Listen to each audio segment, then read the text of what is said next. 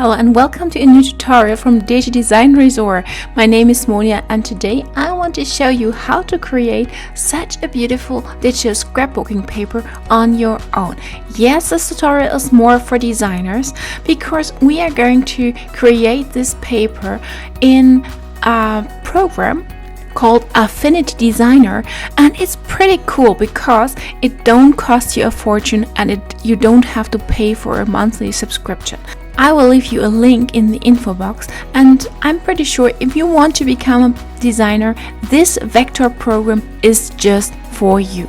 So if you are enjoying this tutorial, please don't forget to subscribe to our channel.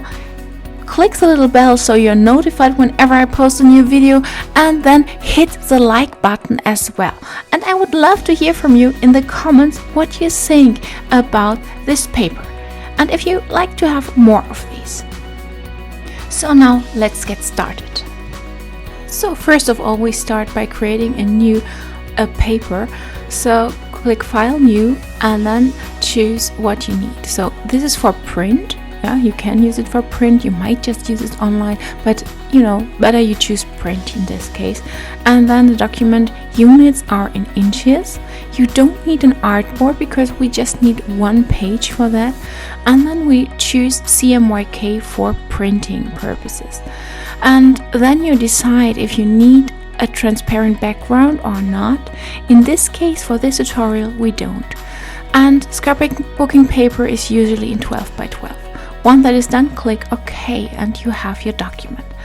You should name all your layers in the layers palette because when you have several layers it looks much better later. And once you are done with that, click on the new layer tab and create a new layer and name it, in this case, background. So BG is for us background. And then we start by filling the paper with a color. And for that, make sure you have chosen the right things here on top right. And then click on top left to bottom right and tell the program where you want to fill the background. Now you choose a color. In this case, we choose a light blue or turquoise as you want. And for me it's more a blue, but it's totally up to you. And once you have done that, pick the color you want. You can choose first one on the left and then you pick on the right in the middle. You pick the shade actually, and then click on fill and it's done. Now we want to add a gradient. Click on top left to bottom right and you see already that it gets blue on the top and lighter up to white on the bottom right. You could choose another gradient, but that's what we want now. And in the middle we have the chance to decide where we want to have the fading. Now you can see that the bottom here the layer has a second layer and we are going to lock that. So just click on the little key and now you can't change that layer anymore, which is pretty helpful for the things we are going to do now. So first we choose place. I show you the wrong way right now, and just see here, you put it here and you drag and drop it, and it's not a good idea to do it like that. So you haven't chosen another layer, so it's much better to have it on a separate layer.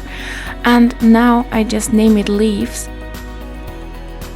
And I have a layer where I can place my new image on. So once again, click fill on place and then choose the piece you have maybe just drawn and add it onto the new layer. And now we zoom in because we need to vectorize this pretty thing here and create our paper from that. For that, you make sure that you have picked the right layer. On your board here on the bottom, lock the other one, and then we start to vectorize. Click here on that tool, and now we are going to pick a color.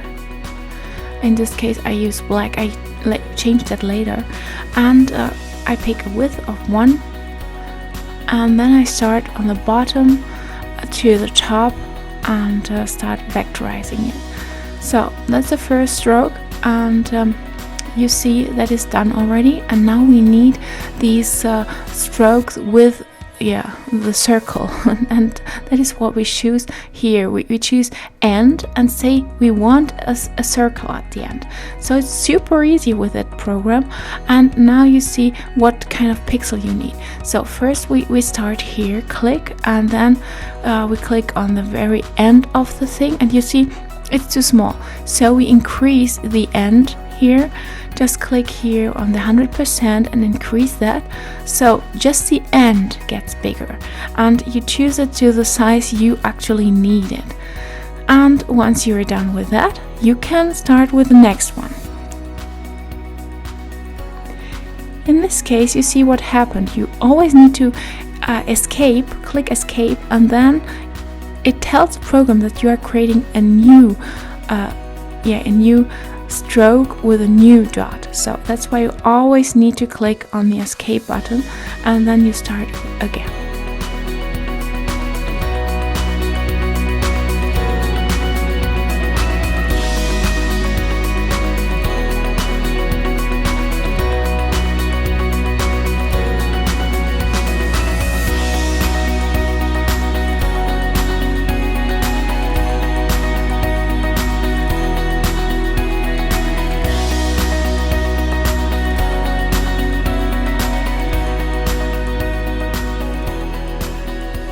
Once you're done, you should have a look at your layers palette, and you see we have created tons of curves, and now we need to get them sorted into one group actually. And then once you have done that, name it again.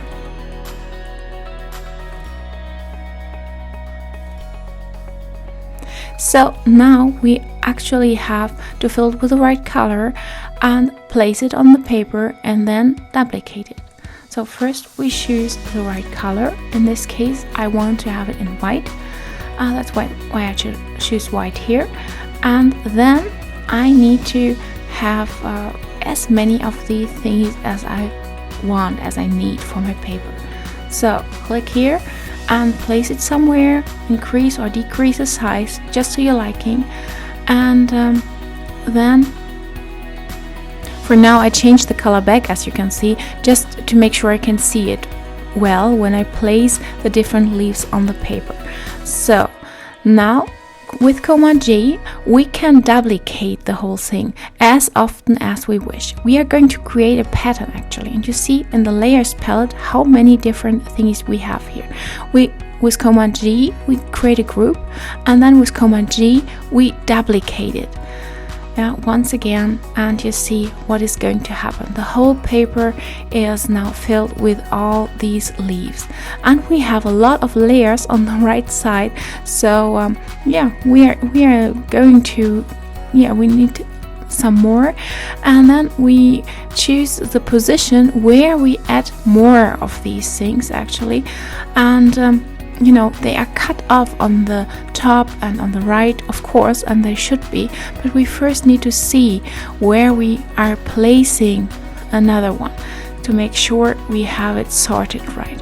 That is what I'm doing right now. I just make sure it's all well done here. So now I'm duplicating the leaves, Command G, you see, and I make sure that I have the same distance from one another. Otherwise it might look a little bit strange. So make sure you are placing them correctly, and let the rulers help you.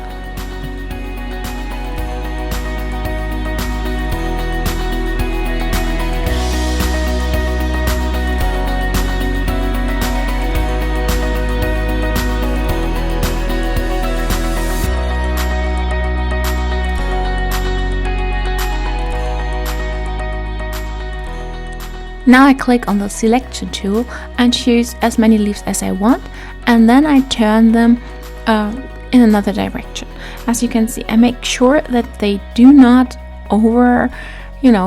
that they are not overlaying each other. It might look strange once again, so that's why. And now I duplicate them as often as I want to, and then I can just move the leaves wherever I want and where they fill the paper. Once again, Command J, you see and then I'm moving them where I feel is right for my paper.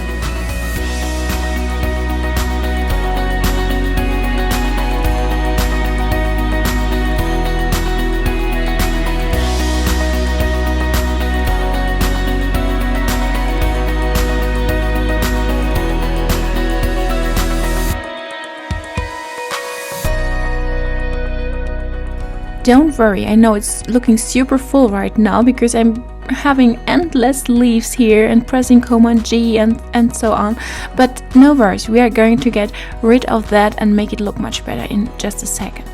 So first of all, we need another group. Yeah, you see here is a group and on the bottom is a group. We have several ones and everything is sorted under leaves. And now what we need to do is we need to get it into the right color. And that is why I choose now white. And you see, once I have selected the group leaves, everything turns into white. Yeah, and that's it. Now we have our scrapbooking paper. You can sell that as a designer, of course, but you can also use it for your own creative project, just like the mini album I'm showing you here. You can sign up for. I leave a link in the info box. And well, maybe you create a mini album for a loved one or for yourself. It doesn't matter. It always looks nice to have something like that in your home.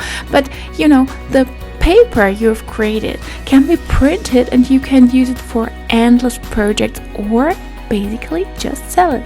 So I really hope you enjoyed the tutorial, and if so, please don't forget to subscribe to our channel, leave me a thumb up and maybe also a comment, and don't forget to click the little bell so you're notified whenever I post a new video. And then I hope to see you again in the next one. Until then, bye!